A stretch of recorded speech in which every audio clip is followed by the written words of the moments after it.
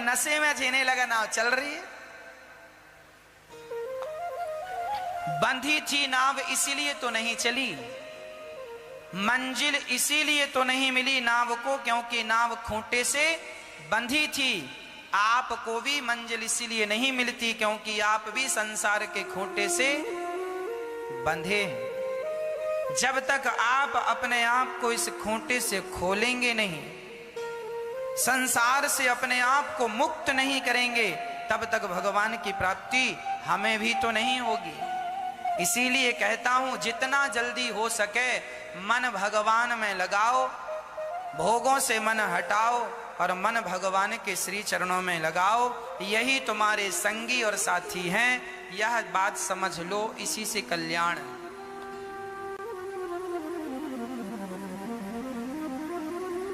सारी गोपियां आईं, भगवान ने स्वागत किया।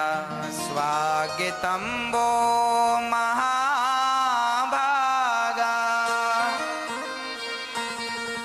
प्रियम किम करवाणि वह, ब्रजस्यानामयं कश्चित् ब्रूता गमन कारणम्।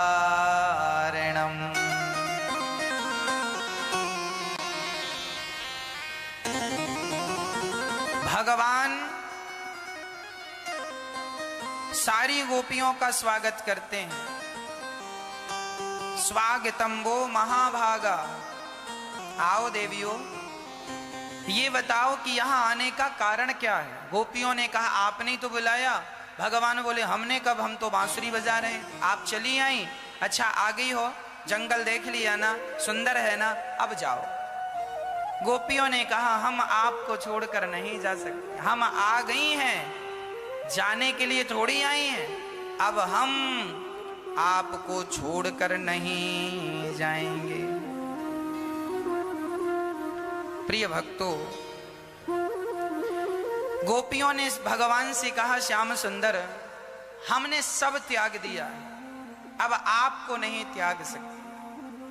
भगवान ने गोपियों को उपदेश कर दिया, देवियों, दोहशीलो दुर्भगो वृद्धो जड़ो रोग्य धनो पीवा। कैसा भी पति हो, नारी को कभी अपने पति का त्याग नहीं करना चाहिए।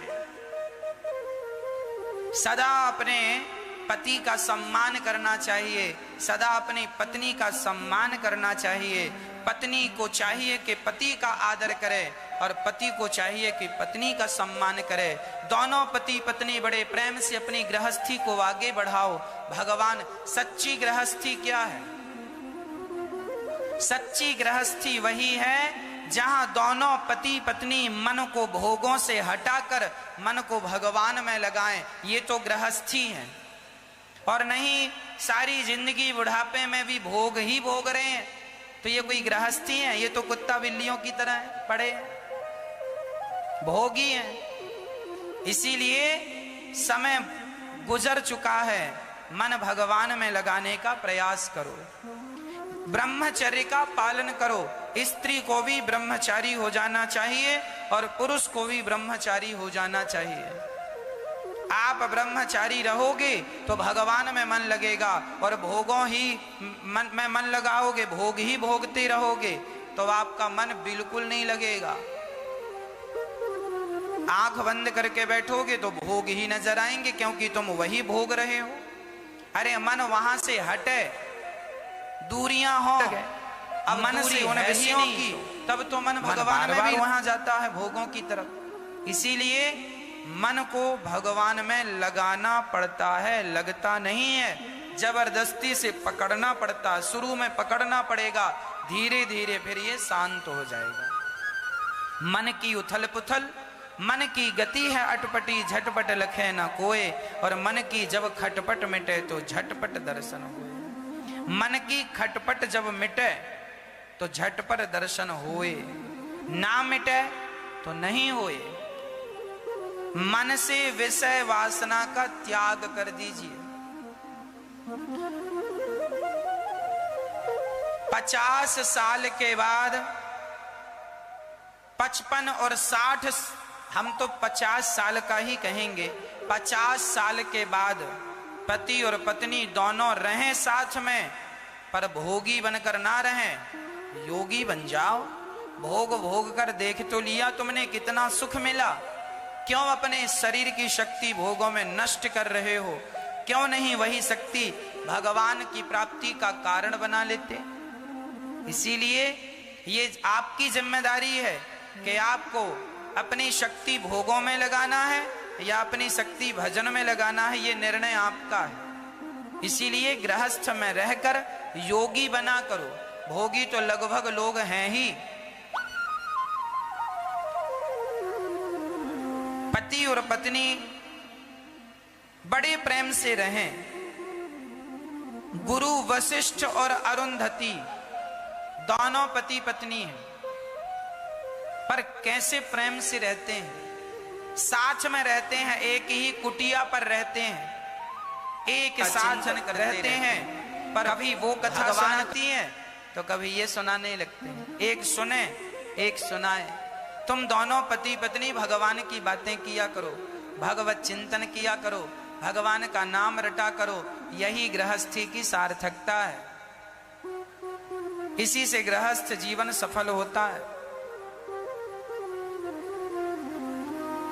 भगवान कह रहे हैं पति कैसा भी हो, नारी उसकी पूजा करे। कैसे पूजा करे? पति को भगवान जानकर। अरे पत्थर की मूर्ति को तुम भगवान मानकर पूज लेती हो, तो क्या पति को भगवान मानकर नहीं पूज सकती? पति भगवान है, माना करो। अब आप कहें महाराज हमारा पति बड़ा दुष्ट है, शराबी है, और आप कह रहे हो भगवान वो तो राक्षस है, और आप कह रहे हो भगवान मानो। पति कैसा भी हो, हमें क्या करना? मैया सच्ची बताऊं, ये जो पति होते हैं ना, और ये जो पत्नियां होती हैं, ये तुम्हारे कर्मों का फल ही पति और पत्नी बनकर तुम्हें मिला है। तुम्हारे अच्छे कर्म थे तो तुम्हें अच्छा पति मिला, तुम्हारे पिछले जन्म में बुरे कर्म थे तो तुम्हें बुरा पति मिल रहा। कर्मों का फल ही पति और पत्नी है, और पुत्र और पुत्री तुम्हारे कर्मों का फल ही है। कर्म ही बेटा बेटी के रूप में प्रकट होते हैं, पति पत्नी के रूप में मिलते हैं। पद्म पुराण में अब आप कहोगी महाराज मेरा पति बहुत बुरा है, दुष्ट है, अब मैं कैसे सेवा करूं? तो पति कैसा भी वो जैसा है उसका किया दंड उसे मिलेगा। तुम क्यों अपना उसकी निंदा करके, उसकी बुराई करके, उसकी सेवा ना करके तुम क्यों अपना पाप बढ़ा रही हो? पद्म पुराण में एक छोटी सी कथा मैं आपको सुनाई देता हूं। एक पतिव्रता नारी थी।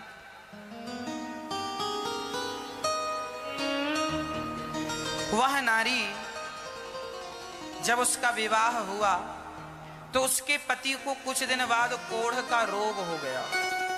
कोढ़ का रोग मतलब पूरी चमड़ी गल गल के जमीन पर गिरने लगी, मावाद निकलती, पूरे शरीर से दुर्गंध निकलती। और पत्नी बड़ी अच्छी थी, वो अपने पति की दुर्गति देख कर भी उसे घिन नहीं आती थी।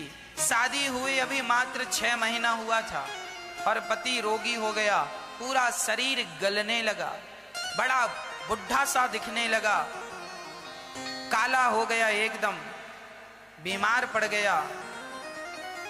पर पत्नी तो पतिव्रता थी, पति को नहलाती और कपड़े पहनाती, यहां तक कि अपने पति का मलमूत्र भी साफ कर लेती थी बड़ी प्रसन्नता से। और अपने पति को नहला धुला करके और वो दवाई लगाती, पूरे शरीर में उसकी बदबू आती पर फिर भी वो दवाई लगाती, और उसके अंदर इतनी सी भी घिन नहीं आई, और वो अपने पति को भगवान मान करके अपने पति की सेवा करती रही, करती रही, करती रही। उसका पति थोड़ा सा ठीक हुआ तो एक दिन वो आंगन में बैठा था, तभी वहां गांव की एक वैश्या सज धज के राजा के दरवाजे पर नाचने जाया करती थी, राजा के यहाँ। तो एक वैश्या वहां से निकली तो यह कोढ़ी उस वैश्या को देखा और बोला, वाह कितनी सुंदर है। और ये कोढ़ी उस वैश्या को देखा और देखता रह गया। मन में भाव आया, क्या ये वैश्या कभी मुझे मिलेगी? ये सोचने लगा। रात को बड़ा उदास था। पत्नी ने पूछा, क्यों जी आज आप उदास क्यों हैं? आपका आज मन नहीं लग रहा है? तो वो कोढ़ी ने कह दिया कि आज वो फलानी वैश्या यहाँ से गई, बड़ी सुंदर थी, मेरा मन तो उसी में लगा हुआ है। पता नहीं शरीर बीमार है, क्या कभी वो वैश्या मिलेगी? अब इसके पत्नी को लगा कि मेरे पति का मन वैश्या से मिलने का है। तो पत्नी बोली, आप चिंता ना करें, मैं मिलवाती हूं। ये पतिव्रता स्त्री वैश्या के घर में झाड़ू पोंछा बर्तन कर देती, सवेरे सवेरे 4 बजे सब काम करके आ जाती। एक दिन वैश्या ने देखा कि मेरे घर का काम कर कौन रहा है। उसने जाग कर देखा तो ये पतिव्रता नारी उसके बर्तन धुल रही थी। ये वैश्या चरणों में गिर पड़ी, बहन तेरे चर्चे मैंने सुने हैं, तू बड़ी पतिव्रता है और हम जैसी पापनी को और पापी बना रही है। बताओ हमारे बर्तन तुम क्यों धुल रही हो? तब ये पतिव्रता नारी बोली, बहन तेरी सुंदरता पर मेरे पति रीझ गए हैं, एक बार तुम मेरे पति से मिल लो, बस यही मेरी इच्छा है। तो ये वैश्या बोली, एक काम करना, मेरा आपके घर में आना उचित नहीं होगा, लोग ना जाने क्या क्या कहेंगे। यदि वैश्या के संग कोई स्त्री खड़ी हो जाए ना तो लोग उसे भी तो वैसा ही समझेंगे। इसीलिए जैसी संगत होती है ना, लोग वैसी रंगत समझते हैं। शराबियों के बीच में खड़े होने से आदमी समझ लेता कि जरूर पीता, भले तुम ना पियो पर मानता यही पीता हो। तो मैं तुम्हारे घर में आऊं ये शोभा नहीं देगा। एक काम करना, अपने पति को मेरे घर भेज देना। ठीक है। अब वो वैश्या के घर से गई, पति से कहा आज आप चले जाना, उसने बुलाया है। अब ये पति तैयार हुआ, अब तैयारी वैयारी किया, शाम को बुलाया, रात्रि को 8 बजे आ जाना।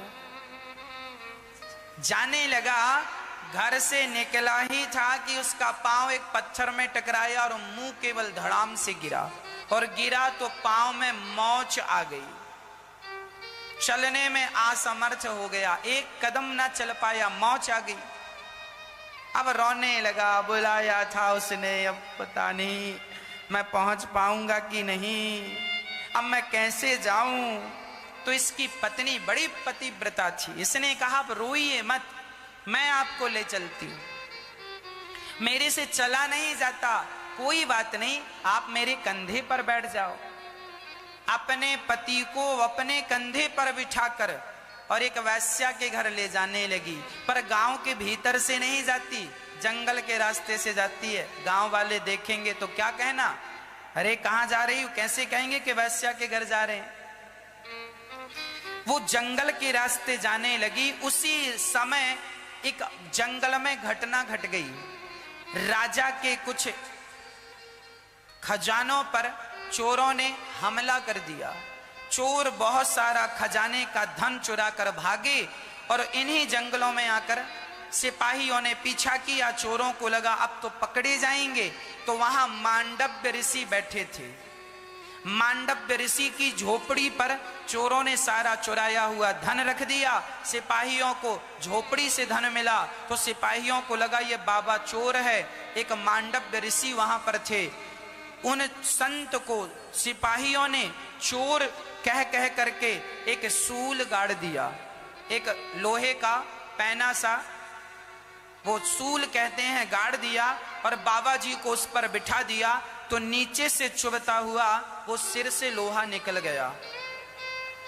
और बाबा जी चूंकि असली थे, समाधि भी असली थी, तो इतना होने पर भी उन्हें कोई दर्द नहीं हुआ, वो सूल पर ही भजन करते रहे। तभी ये पतिव्रता नारी अपने पति को लेकर वहां जंगल से जब गुजरी तो वहां महात्मा लटक रहे थे, सूल पर ऊपर थे, और ये अपने पति को बिठाई कंधे पर। तो इसका सिर महात्मा जी के पांव से टकरा गया और महात्मा जी की समाधि खुल गई। महात्मा जी ने श्राप दे दिया, जाओ जिसने मेरी समाधि भंग की है, सूर्य उदय होते ही उसके प्राण निकल जाएंगे। अब तो ये घबराई, अब ये कोढ़ी तो रोने लगा, हे भगवान मैं तो गया, अब तो मर ही जाऊंगा, संत का श्राप लगा है। तब उसकी पत्नी ने कहा, प्राणनाथ रोइए मत, आप तब मरेंगे जब सूर्य उदय होगा। उस पत्नी पतिव्रता नारी ने हाथ में जल लेके कहा, हे सूर्य भगवान, जब तक मैं ना कहूं आप उदय मत होइएगा। ये यदि मैंने सच्चे मन से अपने पति की सेवा की हो और अपने पति की सेवा मैंने आज तक किसी पुरुष का चिंतन भी ना किया हो, तो आप उदय ना होइएगा। सरकार पद्म पुराण की एक कथा है, लिखा है 48 घंटे बीत गए, 7 दिन बीत गए, हाहाकार मच गया, पर सूर्य का अता पता नहीं। देवता गए, भगवान क्या हुआ, क्या सूर्य रास्ता भटक गए? तब सारे देवता भगवान स्वयं इस स्त्री के पास आए, देवी सूर्य भगवान की गति ना रोको, यदि सूर्य निकल आएंगे तो आप पतिव्रता हो, आपके कारण सूर्य भी जलकर राख हो जाएंगे। यदि आपकी आज्ञा का उल्लंघन सूर्य ने कर दिया तो सूर्य भी जलकर राख हो जाएंगे। ये एक पतिव्रता नारी की ताकत है, वो सूर्य की गति को रोकने की क्षमता रखती है। सारे देवता आए पर वो मानी नहीं। अंत में माता अनुसुईया जी आई और माता अनुसुईया ने कहा, बेटी तो सूर्य को आने दे, मैं तेरे पति को जीवन दान दूंगी। सूर्य उदय हुए, श्रापवश उनके पति की मृत्यु हुई और माता अनुसुईया ने हाथ में जल लेकर छिड़का और कहा, हे विधाता, यदि मैं सच्ची पतिव्रता हूं, मैंने अपने पति की सेवा की है, तो इसका मरा हुआ पति जीवित हो जाए। ये कहकर जल छोड़ा तो उसका कोढ़ी पति बिल्कुल ठीक हो गया। केवल शरीर में कोढ़ नहीं था, उसके मन में भी कोढ़ हो गया था। शरीर और मन दोनों का कोढ़ ठीक किया। सुंदर सा विमान आया और दोनों पति पत्नी विमान पर बैठ के भगवान के परम धाम को चले गए। यह एक पतिव्रता नारी की महिमा। क्या माता अनुसुईया को लोग नहीं जानते? ऐसी कथाएं पुराणों में भरी पड़ी हैं। ये इतिहास, ये सच्ची घटनाएं हैं, ये केवल लिखी नहीं गई हैं, ये घटनाएं किसी के संग घटी। एक स्त्री अपने आप को जानती ही नहीं कि मैं कौन हूं।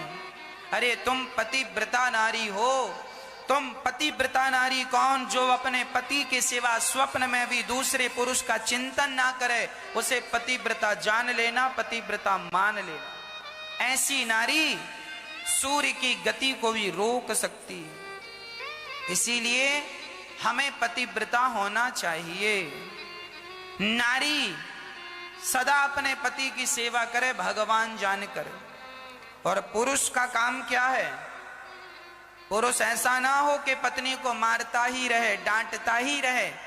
जो पुरुष होते हैं ना, वो बहुत सारे पुरुषों को देखा गया, वो अपनी पत्नियों को मारते ही रहते हैं। अरे पत्नियों को मारने वाले ये पुरुष नहीं है, इन्हें आप पुरुष ना समझिएगा। हाँ, ये मर्द नहीं है। महाभारत की कथा में आपको सुनाऊं, पितामह भीष्म के सामने शिखंडी आ गए, जबकि शिखंडी भी पुरुष हैं, पर पहले वो स्त्री थे। पहले वो शिखंडी कौन थे? स्त्री थे। संत कृपा से स्त्री को पुरुष बनाया गया, अब पुरुष हो गए शिखंडी। परंतु पितामह भीष्म ने अपना बाण धनुष छोड़ दिया कि मैं एक स्त्री पर प्रहार नहीं, मैं मर जाऊंगा।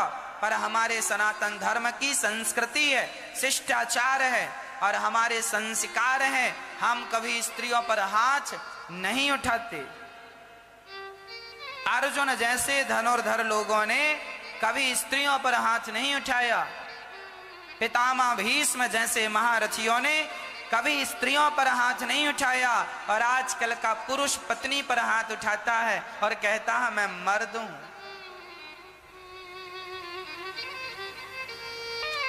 पता नहीं कैसे कैसे मर्द हो रहे हैं आजकल।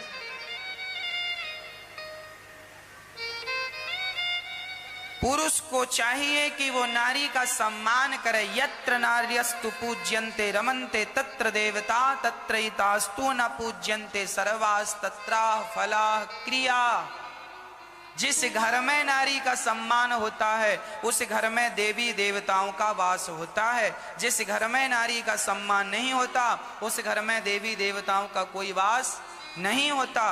यदि अपने जीवन में खुशहाली चाहते हो तो अपनी पत्नी का सम्मान किया करो, अपने पति का सम्मान किया करो और जीवन बड़े आनंद पूर्वक जिया करो। जिंदगी हंसने के लिए है, रोने के लिए नहीं, धन्यवाद देने के लिए है, शिकायत के लिए नहीं। पति परमेश्वर है। एक पत्नी बोली महाराज हमारा पति बड़ा दुष्ट है। एक पति बोला महाराज हमारी पत्नी बड़ी ठीक नहीं है, दुष्ट प्रकृति की है, क्या करें। कई लोगों की पत्नियां बहुत अच्छी होती हैं, कुछ लोगों के पति बहुत अच्छे हो, कुछ लोगों की पत्नी घटिया और पति भी घटिया क्वालिटी के। ये सब चाइना मॉडल है, चाइना का सामान घटिया सस्ता वाला।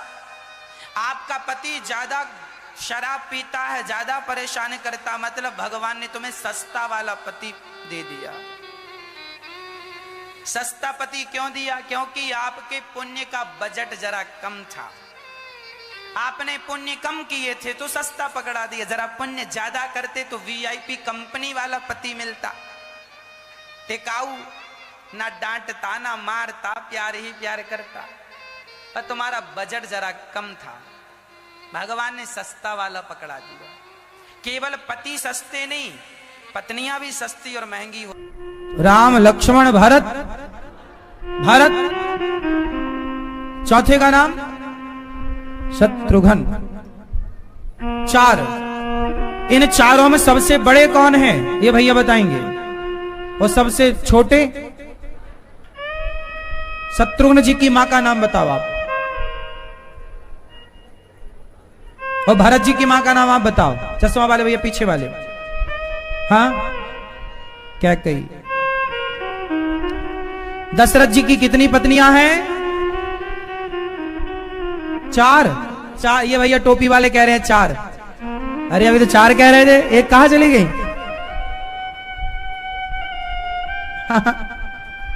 एक अपने से जोड़ दी क्या? दशरथ जी की 3 पत्नियां,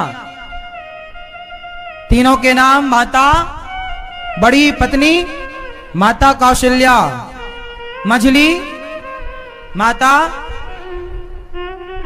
माता सुमित्रा, तीसरी माता कैकेयी। राम दशरथ जी के 4 पुत्र हुए, राम लक्ष्मण भरत, और दशरथ जी की एक बेटी भी हुई है। दशरथ जी की एक बेटी का नाम बताओ मैया गुलाबी। मैया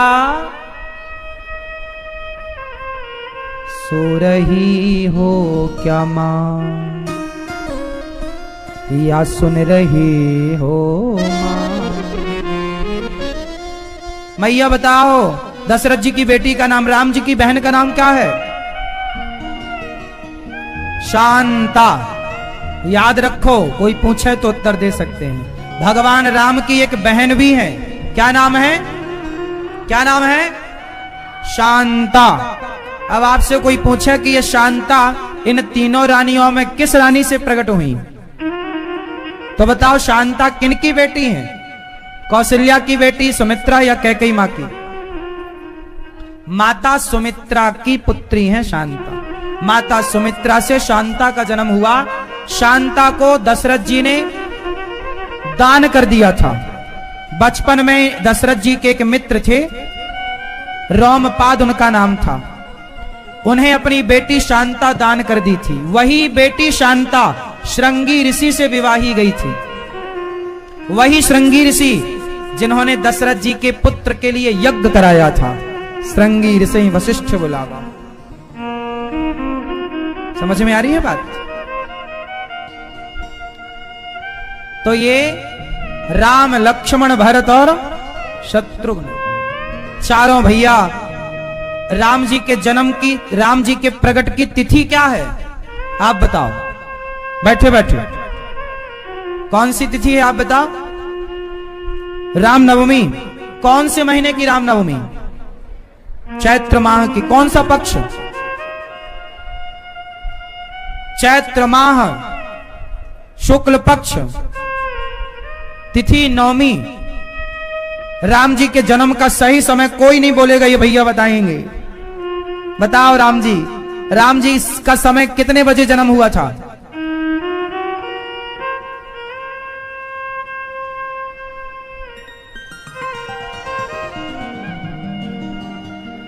आप बताओ। 2:30 बजे? 12 बजे? 12 बजे, रात के 12 बजे? कब हुआ था? क्यों? अभी लॉकडाउन में जब रामायण आई थी तो तुम सो रहे थे? रामायण काहे नहीं देखी तुमने? रामानंद सागर जी ने इतनी बढ़िया बनाई है, कुछ देखा करो मेरे भाई। कुछ देखोगे तो आपको ज्ञान बढ़ेगा। ये आपके लिए अच्छा है ज्ञान कि नहीं? अच्छा नहीं है? शादी हो गई आपकी? बच्चे हैं? होंगे, फिर बच्चों को क्या बताओगे? आपको ही कुछ पता नहीं रहेगा तो ये तो संस्कार परंपरागत जाएंगे ना। लॉकडाउन लगा था इसलिए कि लॉकडाउन में आप लोग रामायण देख लो, लेकिन कुछ लोग तब सोते ही रहे। राम लक्ष्मण भरत शत्रुघ्न चारों भाइयों का जन्म हुआ। उसके बाद राम लक्ष्मण थोड़ा बड़े हुए तो उन्हें लेने के लिए एक ऋषि आए थे। क्या नाम था उनका? विश्वामित्र महामुनि ज्ञानी। कौन ऋषि आए? विश्वामित्र जी। और राम लक्ष्मण को लेकर चले। कहां चले? बक्सर। कहां चले? बक्सर, बिहार में है। वहां चले। क्यों चले? क्योंकि यज्ञ होने नहीं देते थे राक्षस, तो राम जी ने यज्ञ पूरा कराया और एक महिला को राम जी ने मारा। बताओ वो पहली, क्या नाम था उस महिला को जिसको राम जी ने मारा? ये भैया बताएंगे। क्या नाम था उस महिला को जिसको राम जी ने पहली बार मारा? क्या नाम था? मैया बताओ क्या नाम था? ताड़का। क्या नाम था? एक ही बाण प्राण हर लीन्हा और दीन जानते निज पद दीन्हा। एक बाण से राम जी ने उस राक्षसी को मारा। बिन फण का बाण मारा, मारीच मॉरिशस में जाके गिरा। और राम जी ने उस यज्ञ को पूरा किया। और आगे एक पत्थर की शिला नजर आई। जनकपुर जाने लगे रामलला, तो जब पत्थर की शिला नजर आई तो ये भैया बताएंगे पीले कुर्ते वाले, वो पत्थर की शिला किसकी थी? किसकी? हाँ, टोपी वाले भैया, अहिल्या की। तो ये पत्थर काहे बन गई थी? उनके पति ने उन्हें श्राप दिया था, क्योंकि इंद्र ने उनका चरित्र बिगाड़ने की कोशिश की थी, इसलिए उन्हें पत्थर होने का श्राप मिला। फिर राम जी ने अपने चरणों की रज गिराई और वो पत्थर से क्या हो गई? फिर पहले के जैसे सुंदर स्त्री हो गई। राम को प्रणाम किया और पति के लोक को चली गई। उनका उद्धार हो गया। उनके चरित्र पर दाग लगा तो चरित्रवान राम के स्पर्श से उनका चरित्र पावन हो गया, पवित्र हो गया। राम जी स्वयंवर में गए। सीता स्वयंवर में पुष्प वाटिका इत्यादि में दरस परस हुआ। फिर बड़ा धनुष रखा था, कोई उठा नहीं पा रहा था। क्या नाम था उस धनुष का? जिस धनुष को कोई उठा नहीं पा रहा था उस धनुष का नाम क्या था? ये मैया बताएंगी, हमारी चश्मा वाली मैया। बताओ क्या नाम था? शिव धनुष। नाम बताओ, शिव जी का तो था ही। ये भैया बताओ क्या नाम था? पिनाक। क्या नाम था? पिनाक। पिनाक नाम के धनुष को राम जी ने तोड़ा, डोरी चढ़ाई तो धनुष टूट गया। टूट गया तो सीता मैया आई और राम जी को माला पहनाया। बोलिए सियावर रामचंद्र की जय। राम जी ने भी माला पहनाया तो सीता और राम जी क्या हो गए? दुल्हा दुल्हन। सीता मैया क्या बनी?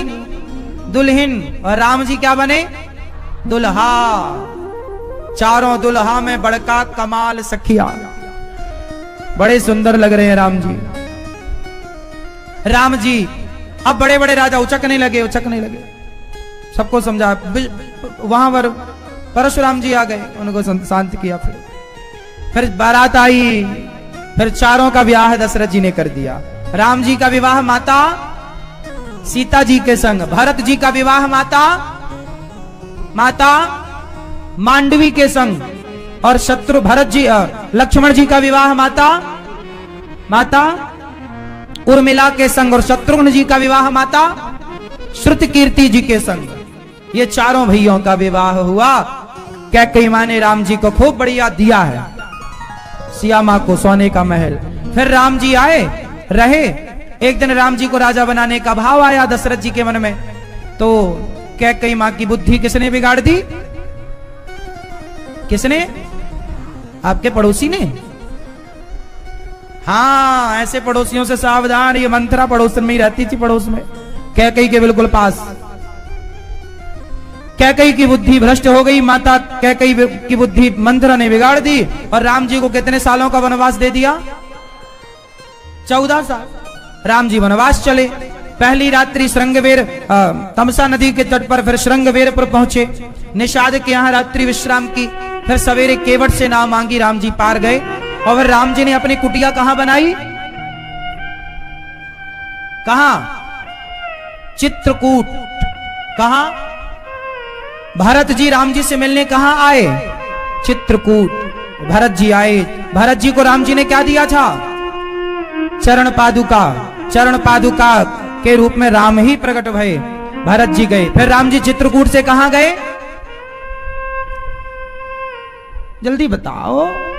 1 साल हो गया, 2 साल, 4 साल, 10 साल, 12 साल हो गए। वो तोता बाहर ही ना आवे। मां का पेट बड़ा हो गया। व्यास जी देख रहे हैं कि पत्नी बड़ी दुखी है, तो व्यास जी अपने पुत्र से पेट से ही बात कर रहे हैं, बेटा बाहर आओ, तुम्हारी मां को बड़ी पीड़ा हो रही है, और तुम भी मां के पेट में हो, बड़ा कष्ट हो रहा होगा, बाहर संसार में सुख है, आओ। अंदर से आवाज आई, पिताजी मैं बाहर नहीं आऊंगा। क्यों बेटा? बोले बाहर भगवान की माया रहती है। बाहर कौन रहता है? बाहर कौन रहता है? बाहर कौन रहता है? भगवान की माया। अच्छा, मां के पेट में भगवान की माया नहीं है। छोटे से बच्चे पर माया का प्रभाव। छोटा सा बच्चा है, कपड़ा पहना दो तो अच्छा, ना पहनाओ तो अच्छा, खाने दे दो तो अच्छा, ना दो तो अच्छा। छोटा बच्चा है, वो कोई डिमांड तो करता नहीं, उसे कोई फर्क नहीं। वो ये नहीं जानता कि ये मेरी माँ है, या उसे जो गोद में ले ले, जो दूध पिला दे, वो उसी के पास रह जाएगा। छोटा सा है ना, 2 दिन 4 दिन महीने भर का, वो नहीं जानता किसी को। हाँ या ना? उसे कोई माया नहीं घेरी। व्यास जी बोले बेटा बाहर आओ। सुखदेव जी बोले माया मुझे पकड़ लेगी। भैया ये माया कौन है? ये भगवान की माया क्या है आप बताओ? किसे कहते हैं माया? नहीं, आपकी पड़ोसन को। भैया बताओ माया किसे कहते हैं?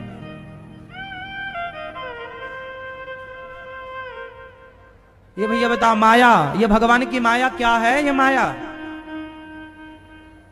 उत्तर दो भैया। हाँ आपसे पूछ रहे हैं, उत्तर दो। माया किसे कहते हैं? हाँ, जो भगवान के नाम का विस्मरण करे वो माया। ये टोपी वाले भैया बताएंगे हमारे दादाजी, माया किसे कहते हैं? आप नहीं बताएंगे? क्यों, गुस्सा है हमसे क्या? नहीं, आप बताइए। बैठे बैठे बैठे बैठे सारे लोग बैठे बैठे उत्तर देंगे। मैया, ओ पीली मैया, ओ पीली मैया, जा रही हो मेरी मां? जाते जाते बता दो माया किसे कहते हैं। ये झोले में क्या है आपके?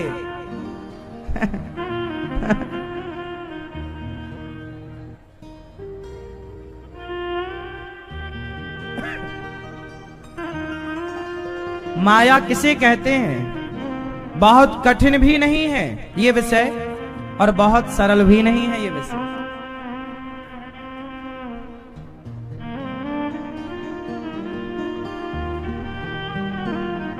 माया किसे कहते हैं ये मैया बताएंगी हमारी, ना बताओगी मैया? हाँ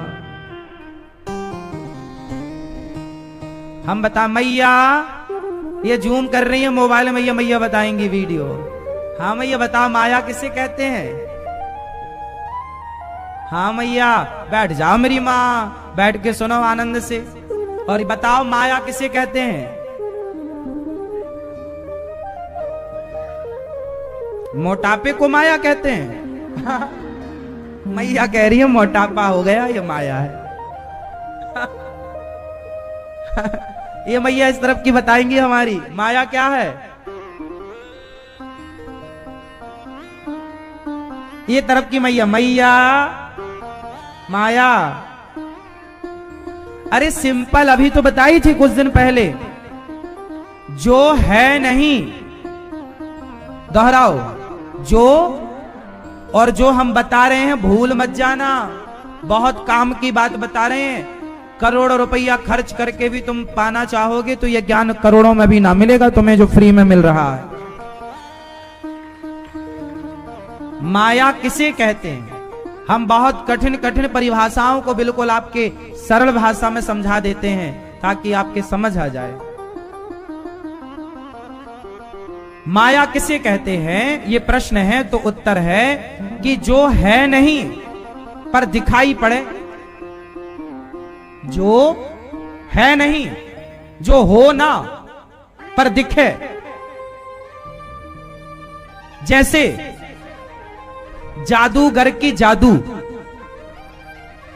जैसे जादूगर की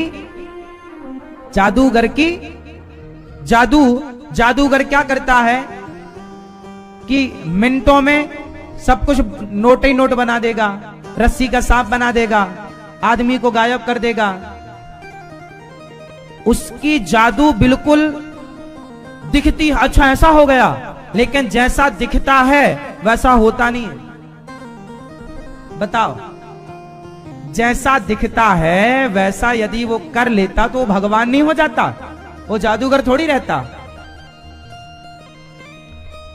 अब बहुत सारे जादूगर जादू से रुपया बना लेते हैं, रुपया, तो जादूगर ही रुपया बना ले तो रिजर्व बैंक की क्या जरूरत है? हाँ या ना? लेकिन जादूगर बना लेता है, जादूगर रस्सी का सांप बना लेता है, लेकिन वो क्या है, सही है या नहीं? जादूगर की जादू दिखती तो बिल्कुल सही है, दिखती होती तो है, होती जैसी दिखती तो है, पर होती सच जैसी दिख रही है, बट सच, हाँ या ना? माया किसे कहते हैं? जैसे शाम के 6 बज रहे हैं, सूर्य अस्ताचल की ओर है कि तभी आपकी नजर रस्सी में पड़ी और धुंधला धुंधला आपको दिखा, आपको लगा सांप है। आपने रस्सी को क्या मान लिया? है क्या? जोर से, है क्या? लेकिन आपको चूंकि अंधेरा था, क्लियर दिखाई नहीं पड़ा, तो आपने क्या मान लिया? सांप है, रस्सी और समझ रहे हो सांप। यही है माया। देखो, अच्छा ये बताओ, रस्सी में सांप क्यों समझा आप लोगों ने?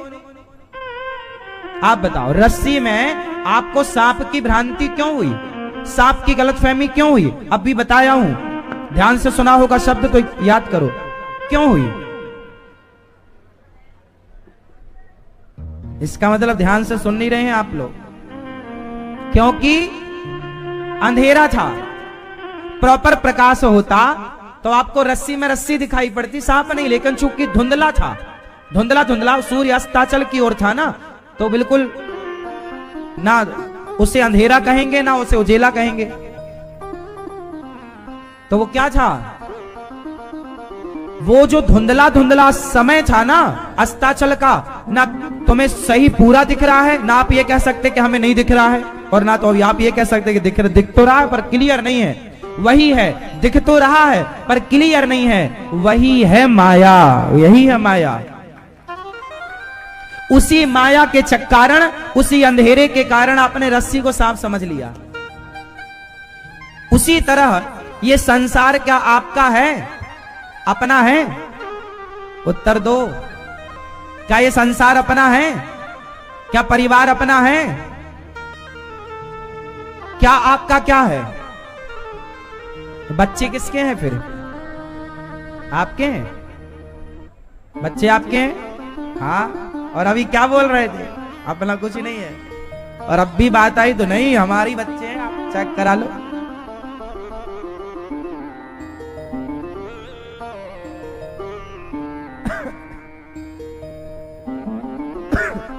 यही है माया। आप लोग ये समझ लेते हैं कि ये मेरा है, और मेरा कब क्यों समझ में आया?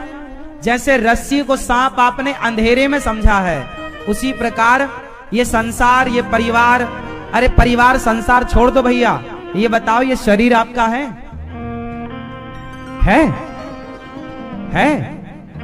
है? यदि है तो फिर चिता पे लोग जला क्यों देते हैं? तुम अपना शरीर लेके क्यों नहीं जाते? तुम्हारा शरीर है तो आंखों में कम दिखने लगा, तुमने रोक क्यों नहीं लिया? फिर क्यों बहरे पड़ गए तुम बुढ़ापे में? क्यों लंगड़े हो गए तुम बुढ़ापे में? क्यों तुम्हारे बाल सफेद हो गए? तुम्हारा ही तो था, तो रोक लेते ना कि नहीं जी बाल तुम पकना मत, आंखें तुम बुढ़ी मत होना, तुम देखना छोड़ना मत। ये शरीर यदि आपका था तो आपने इसे समाप्त होने से रोका क्यों नहीं? निष्क्रिय होता रहा, आपने रोका क्यों नहीं?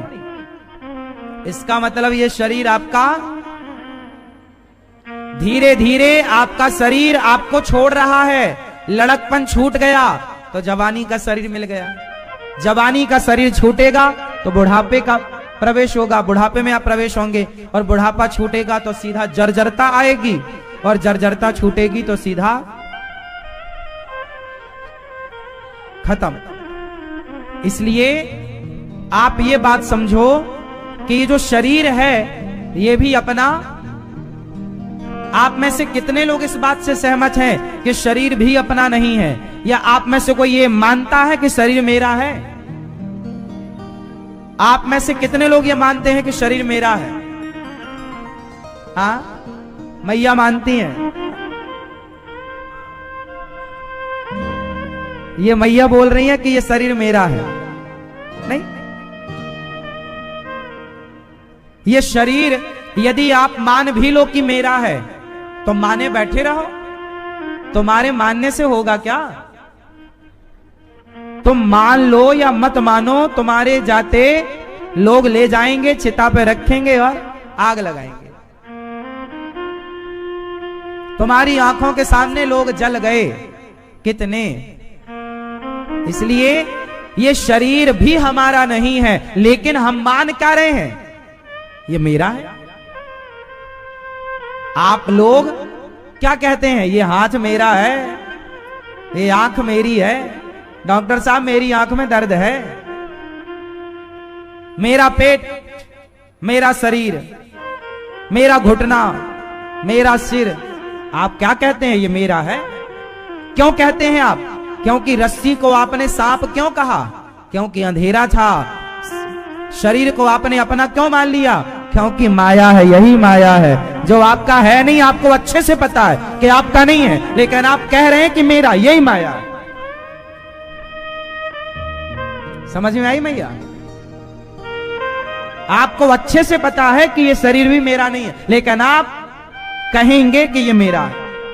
जो है नहीं पर दिखाई पड़ता है मेरा सा, वही माया है। समझ में आ रही है मेरी मां? इसलिए माया, मम माया दुरत्यया, बड़ी प्रबल है ये माया। आप में से कितने लोग इस माया से बचना चाहते हैं? कितने लोग बचना चाहते हैं? तो इसका उपाय क्या है? अब इसका उपाय आप बताओ।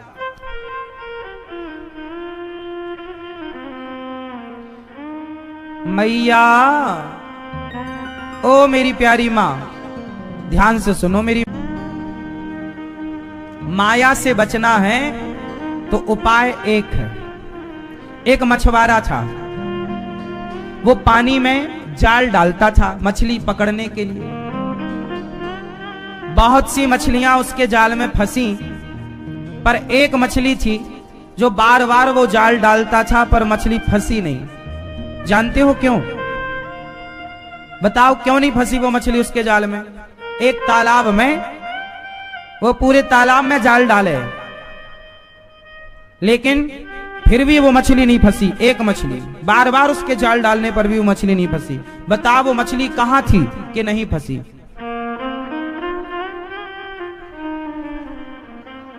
जो मछली मछुआरे से दूर थी वो तो फंस गई, लेकिन वो मछली बड़ी समझदार थी। वो जानती थी कि मछुआरा आएगा तो जाल अपने से दूर डालेगा, इसलिए वो दौड़कर मछली उसके पास आ जाती, और जब वो जाल डालता तो जाल दूर डालता। मछुआरा जहां खड़ा होता उसके आसपास वो रही आती। तो जो मछली मछुआरे के चरणों का आश्रय लेती है वो बच जाती है। उसी तरह मछुआरा है भगवान, जो माया का जाल डाल के सबको फंसा रहा है, लेकिन जो उस परमात्मा की शरण में है वो माया के जाल से बच जाएगा। तो भगवान, माया का जाल देखो सब पर पड़ा है, माया के जाल से वही बचेंगे जो भगवान की शरण में रहेंगे। चतुर मछली बच गई। ऐसे चतुर कौन है? जो भगवान की शरण में है उन्हें आप चतुर मानो, और जो भगवान की शरण में नहीं है उन्हें आप महामूर्ख मानो। वो बने बड़े कितने भी होशियार हों, पर वो बहुत बड़े मूर्ख हैं जो भगवान से दूर हैं। वो बहुत समझदार हैं जो भगवान के करीब हैं। समझ रही हो मेरी माँ? भैया समझ रहे हैं? तो हमें क्या करना है? सदा अपने आप को भगवान के करीब रखना है।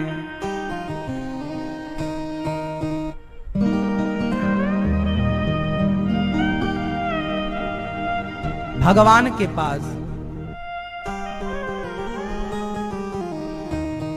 कभी ये मत सोचो कि हम भगवान से दूर हैं। तू अकेला ना ही प्यारे, राम तेरे साथ में।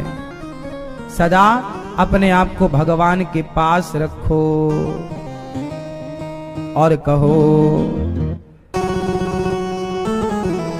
हाँ, इतने पास रखो भगवान के कि आप बस ये कहो कि हमारे दो ही